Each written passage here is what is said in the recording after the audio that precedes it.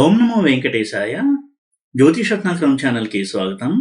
ఈ వీడియోలో ఒక జాతకంలో వక్రించినటువంటి గ్రహాలు ఎటువంటి పూర్వజన్మ సంబంధాన్ని తెలియచేస్తాయి, వక్రగ్రహాలు పూర్వజన్మ రుణాలని కావచ్చు, కర్మబంధాలని ఏ విధంగా తెలియచేస్తాయి, దాని నుంచి మనం ఎటువంటి క్లూస్ తీసుకుని అవి మనకి ఏమి సూచనలు ఇస్తున్నాయి, మెసేజెస్ని అందజేస్తున్నాయి అని ఎలా తెలుసుకోవచ్చు అనేది తెలియజేస్తాను. పాస్ట్ లైఫ్ కర్మ సిరీస్లో భాగంగా వక్రగ్రహాలు కూడా పాస్ట్ లైఫ్కి సంబంధించినటువంటి రిజల్ట్స్ ఇస్తాయని చెప్పడం జరిగింది. ఎందుకంటే ఒక గ్రహం వక్రించడము అంటే వెనక్కి తిరిగి చూడటము, అంటే గత జన్మలకి సంబంధించినటువంటి కర్మలని, బంధాలని తెలియజేస్తుంది. రెట్రోగ్రేడ్ ప్లానెట్ వక్రించినటువంటి గ్రహం ప్రధానంగా అర్థాన్ని తీసుకోవాలి. అయితే అది హ్యాపీ రిజల్ట్స్ ఇస్తాయా లేదా దానివల్ల కష్టాలు ఉంటాయా అనేది ఆ గ్రహం యొక్క పాజిటివిటీ మీద ఆధారపడి ఉంటుంది. రెట్రోగ్రేడ్ అయినంత మాత్రాన గ్రహము నెగిటివ్ రిజల్ట్స్ ఇస్తుంది అని రూల్ లేదు. రెట్రోగ్రేడ్ అయినటువంటి ప్లానెట్ స్ట్రాంగ్ రిజల్ట్స్ని ఇస్తుంది, బలాన్ని పెంచుకుంటుంది. అదే కాక పాస్ట్ లైఫ్కి సంబంధించినటువంటి సూచనలు ఇస్తుంది వక్రించినటువంటి గ్రహం. ఒక గ్రహం స్ట్రాంగ్ అండ్ పాజిటివ్గా ఉండి వక్రిస్తే మరింత పాజిటివ్గా ఉంటుంది, స్ట్రాంగ్ అండ్ నెగిటివ్గా ఉండి వక్రిస్తే మరింత నెగిటివ్గా ఉంటుంది. అయితే వక్రించిన గ్రహం యొక్క ప్రాపర్టీ ఏమిటి అంటే కొంత ఒడిదుడుకుని తీసుకొస్తుంది. అది మంచి అయినా సరే, చెడైనా సరే. చివరిలో మంచి ఫలితాలు ఇచ్చినా, చెడు ఫలితాలు ఇచ్చినా ఒడిదుడుకులు, కొంత డిస్టర్బెన్సెస్ అనేది ఇస్తుంది వక్రించిన గ్రహం. ఆ ఒడిదుడుకుల వెనకాల అర్థం మనం ఎలా తీసుకోవాలంటే, తనను తాను సమీక్షించుకుని తన యొక్క తప్పుల్ని కావచ్చు, తనలో ఉన్న లోపాలని కావచ్చు సరిదిద్దుకునే ప్రయత్నం చేయమని చెప్పడము వక్రించిన గ్రహం యొక్క ఉద్దేశము. స్థూలంగా మనం ఈ అర్థాన్ని తీసుకోవాలి. అయితే వక్రించిన గ్రహాలు పాస్ట్ లైఫ్కి సంబంధించినటువంటి హౌసెస్తో సంబంధం కలిగి ఉన్నప్పుడు ఎలాంటి రిజల్ట్స్ ఇస్తాయి అనేది, ఏ గ్రహం వక్రించింది, అలాగే ఏ హౌస్లో వక్రించి ఉంది అని దాన్ని బట్టి మనం చాలా డీటెయిల్గా డిస్కస్ చేయాల్సి ఉంటుంది. అయితే ఈ వీడియోలో నేను క్లుప్తంగా కొన్ని పాయింట్స్ ముఖ్యమైనవి కొంతవరకు చెప్పేటువంటి ప్రయత్నం చేస్తాను. మళ్ళీ ఒక్కొక్క పాస్ట్ లైఫ్ హౌస్కి సంబంధించి వక్రించిన గ్రహాల యొక్క ఫలితాలు అనేది మనం సెపరేట్గా వీడియో చేసినట్టయితే కొంత డీటెయిల్గా చెప్పడానికి వీలుంటుంది. పాస్ట్ లైఫ్కి సంబంధించిన హౌసెస్ 4, 5, 8, 9, 12 ఇందులో వక్రించిన గ్రహాలు ఉండడము, అలాగే వాటి అధిపతులు అంటే 4th lord, 5th lord, 8th lord, 9th lord, 12th lord, ఈ ప్లానెట్స్ వక్రించడము. ఈ దృష్టికోణంలో మనం అనాలిసిస్ అనేది చేయాల్సి ఉంటుంది. అలాగే ప్రతి గ్రహానికి కూడా నైసర్గిక స్వభావం ఉంటుంది. ఆ స్వభావ రీత్యా ఎటువంటి ఫలితాలు ఉంటాయి, ఇన్ని కోణాల్లో మనం వక్రించిన గ్రహాల యొక్క ఫలితాలని విశ్లేషణ చేయాలి. 9 గ్రహాల్లో కూడా రవి, చంద్ర, రాహు, కేతు మినహాయిస్తే మిగతా 5 గ్రహాలకి డైరెక్ట్ మోషన్ ఉంటుంది, రెట్రోగ్రేడ్ మోషన్ కూడా ఉంటుంది.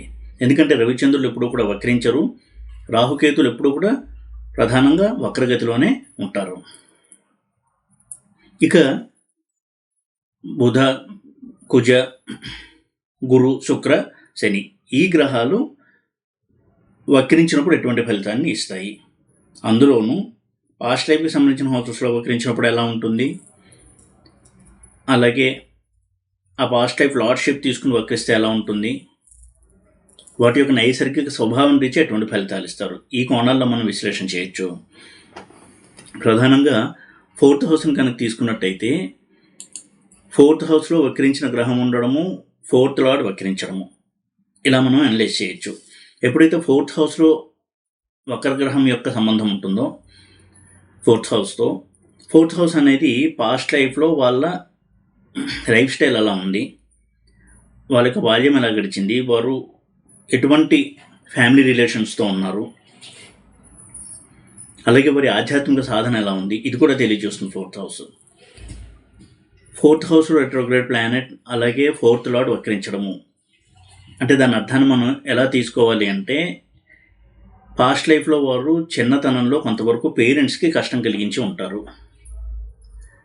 దానివలన ఈ బర్త్లో వారికి చైల్డ్హుడ్ అంటే బాల్యం కొంత కష్టంగా గడుస్తుంది. తనను బాగా చూసుకుంటున్నటువంటి తల్లిదండ్రుల్ని ఎప్పుడైతే విస్మరించి దూకుడుగా ప్రవర్తించి అలాగే వారికి కష్టం కలిగించడము, ఇటువంటి పనులు పాస్ట్ లైఫ్లో చేసుంటారో ఈ లైఫ్లో వారికి చిన్నతనం నుంచి కూడా తల్లిదండ్రులు ప్రేమ దక్కకపోవడము, వారికి దూరంగా ఉండాల్సి రావడము, ఎడ్యుకేషన్ కూడా సరిగ్గా సాగకపోవడము, ఎప్పుడు కూడా లోన్లీగా ఫీల్ అవుతూ ఉండడం, హాస్టల్లో ఉండి చదువుకోవడం, ఇంటికి దూరంగా ఉండి చదువుకోవడం, ఇటువంటి పరిస్థితుల వల్ల ఇప్పుడు కూడా లోన్లీనెస్ ఎక్కువగా ఫీల్ అవుతూ ఉండడము, ఇటువంటి పరిస్థితుల్లో ఉంటారు. 4th హౌస్ కనుక వక్రించిన గ్రహాల సంబంధం కనుక కలిగి ఉన్నట్టయితే, అంటే 4th లార్డ్ వక్రించడం కావచ్చు, 4th హౌస్లో వక్రించిన గ్రహం కావచ్చు. ఇక ఏ గ్రహం 4th హౌస్లో వక్రించింది లేదా 4th లార్డ్ ఏ గ్రహమై వక్రించాడు అనే దాన్ని బట్టి కూడా మనం కొంతవరకు డీటెయిల్గా అటువంటి ఇన్ఫర్మేషన్ని తెలుసుకోవచ్చు. ఉదాహరణకి 4th హౌస్లో శని వక్రించి ఉన్నాడు.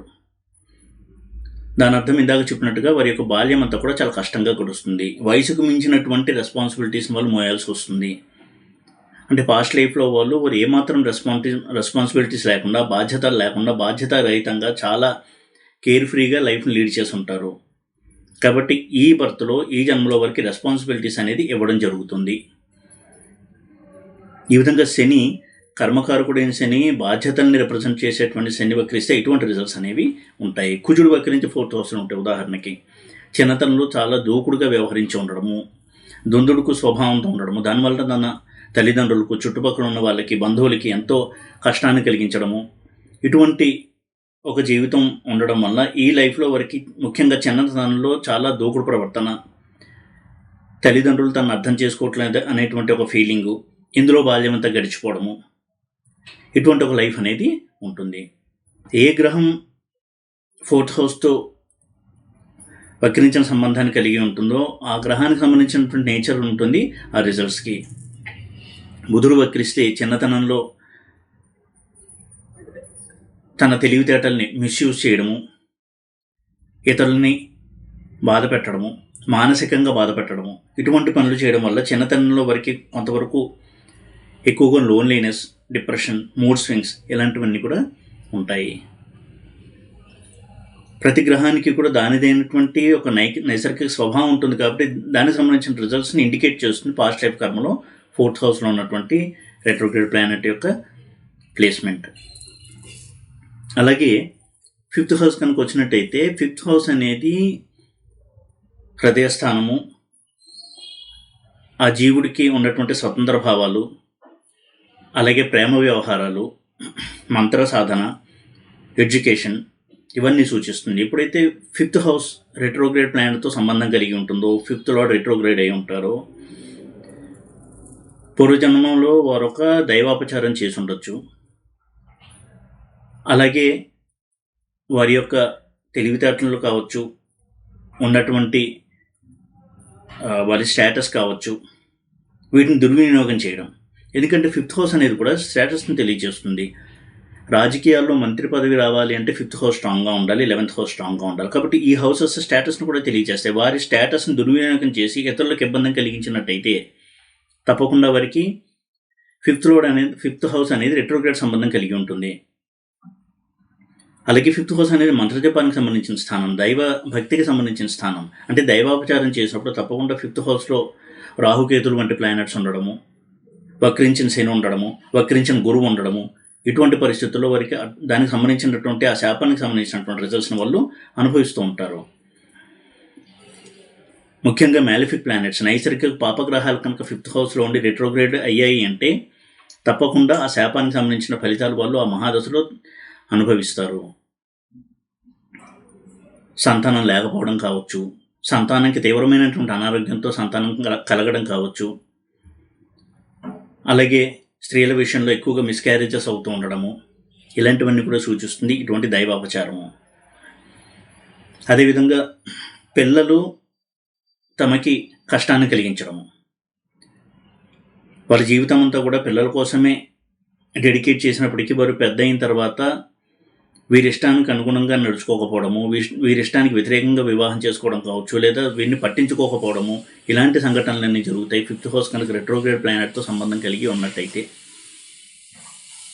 ముఖ్యంగా ఉదాహరణకి వక్రించిన అష్టమాధిపతి పంచమంలో ఉండడం, పంచమాధిపతి వక్రించి అష్టమంలో ఉండడం, ఇవన్నీ కూడా సంతానపరమైనటువంటి సమస్యలు, అలాగే దైవాపచారాలు, ఇటువంటి వాటిని సూచిస్తుంది. పాలిటిక్స్లో ఉన్న వాళ్ళకి శత్రువుల నుంచి బెడద, పదవీ భంగము, ఇలాంటివన్నీ కూడా వస్తూ ఉంటాయి. 5th హౌస్ అనేది హృదయ స్థానము. హృదయం ఎంత క్లీన్గా ఉంది అని సూచించే స్థానం 5th హౌస్. సంకల్పాల్లో ద్రోహ చింతన, ఒకరికి అన్యాయం చేయాలి అనేటువంటి చింతన, ఇవి ఉండి దానికి తగ్గట్టుగా పనులు కనుక చేసినట్టయితే ఆ ఫలితాన్ని అందజేస్తుంది 5th హౌస్. 5th హౌస్లో ఉన్నటువంటి రెట్రోగ్రేడ్ ప్లానెట్. ఇక 8th హౌస్ విషయానికి వచ్చినట్టయితే 8th హౌస్ అనేది సీక్రెట్స్కి సంబంధించినటువంటి హౌస్. అంటే ఒకరికి, అది ఫ్యామిలీ మెంబర్కి కావచ్చు, తన సహోద్యోగికి కావచ్చు, బిజినెస్లో కావచ్చు, రహస్యంగా ఒక ద్రోహం చేయడం, వారి ఆస్తిని వీరు లాగేసుకోవడం, కుటుంబ సభ్యులకి రావాల్సిన ఆస్తిని కూడా తానే లాగేసుకోవడము, కబ్జాలు చేయడము, అన్యాయంగా ఇతరుల ఆస్తిని, సంపదని వారు తీసేసుకోవడము, ఇలాంటివి చేయడం వలన ఎప్పుడైతే 8th హౌస్లో రెట్రోగ్రేడ్ ప్లానెట్ 8thలో రెట్రోగ్రేడ్ అవ్వడము ఇలాంటివి జరుగుతాయో వారికి ఎప్పుడు కూడా లైఫ్లో స్టెబిలిటీ అనేది ఉండదు. ఫినాన్షియల్ స్టెబిలిటీ అంటే ఆర్థిక స్థిరత్వం ఉండదు. ఫ్యామిలీ మెంబర్స్తో ఎప్పుడు ఒక ప్రాబ్లం, లేదా ఫ్యామిలీ మెంబర్స్ చూడండి ఎప్పుడు ఏదో ఒక అనారోగ్య సమస్య, వారి లైఫ్ అంతా కూడా ఫ్యామిలీ మెంబర్స్కే డెడికేట్ చేయాల్సి రావడము, ఒక సమస్య తర్వాత ఇంకో సమస్య ఇలా వెంటాడుతూ ఉంటాయి. ఎందుకంటే ఆ రకమైనటువంటి పాస్ట్ లైఫ్ కర్మలు వాళ్ళకి బ్యాలెన్స్ ఉంది అని అక్కడ అర్థం చేసుకోవాలి. ఎందుకంటే 8th హౌస్, 12th హౌస్ ఇవి స్ట్రాంగ్ పాస్ట్ లైఫ్ పుణ్య లేదా పాపాన్ని తెలియజేసేటువంటి హౌసెస్ అవి. అలాగే సడన్గా యాక్సిడెంట్స్ అవ్వడము, సడన్ డెత్, ఆకస్మికంగా మరణించడము, ఇవన్నీ కూడా 8th హౌస్కి వక్రగ్రహ సంబంధం కలిగి ఉన్నప్పుడు వచ్చేటువంటి రిజల్ట్స్ ఇవి. ఇక 9th హౌస్ విషయానికి వచ్చినట్టయితే ఇది 5th హౌస్ లాగే చాలా ఇంపార్టెంట్ హౌస్. ఇది చాలా ముఖ్యమైనటువంటి హౌస్. ఇది పూర్వపుణ్యాన్ని తెలియజేస్తుంది. పూర్వజన్మలో ఏదైనా దైవాపచారం చేసిన, లేదా గురువుల పట్ల, తండ్రి పట్ల, పెద్దల పట్ల అక్రమంగా, అన్యాయంగా, దురుసుగా ప్రవర్తించిన 9th లార్డ్ అనేది రెట్రోగ్రేడ్ ప్లానెట్తో సంబంధం కలిగి ఉంటుంది. వారికి ఎప్పుడు కూడా అనుకున్నంత ఎడ్యుకేషన్ లభించదు. తండ్రితో విరోధము, విభేదాలు, జీవితంలో లక్ అనేది సహకరించకపోవడము, కష్టకాలంలో ఎవరు సహాయం చేయడానికి ముందు రాకపోవడము, ఇటువంటి సమస్యలతో బాధపడుతూ ఉంటారు. అందుకే 9th హౌస్ ఎప్పుడైతే రెట్రోగ్రేడ్ ప్లానెట్ యొక్క సంబంధం కలిగి ఉంటుందో వాళ్ళు ఇప్పుడు పెద్దల్ని, గురువుల్ని గౌరవించడము, వారి గురించి ఎప్పుడు తోలనాడకుండా ఉండడము, ఇవన్నీ చేయాల్సి ఉంటుంది. ఇది ఒక రెమెడీగా పనిచేస్తుంది వాళ్ళకి.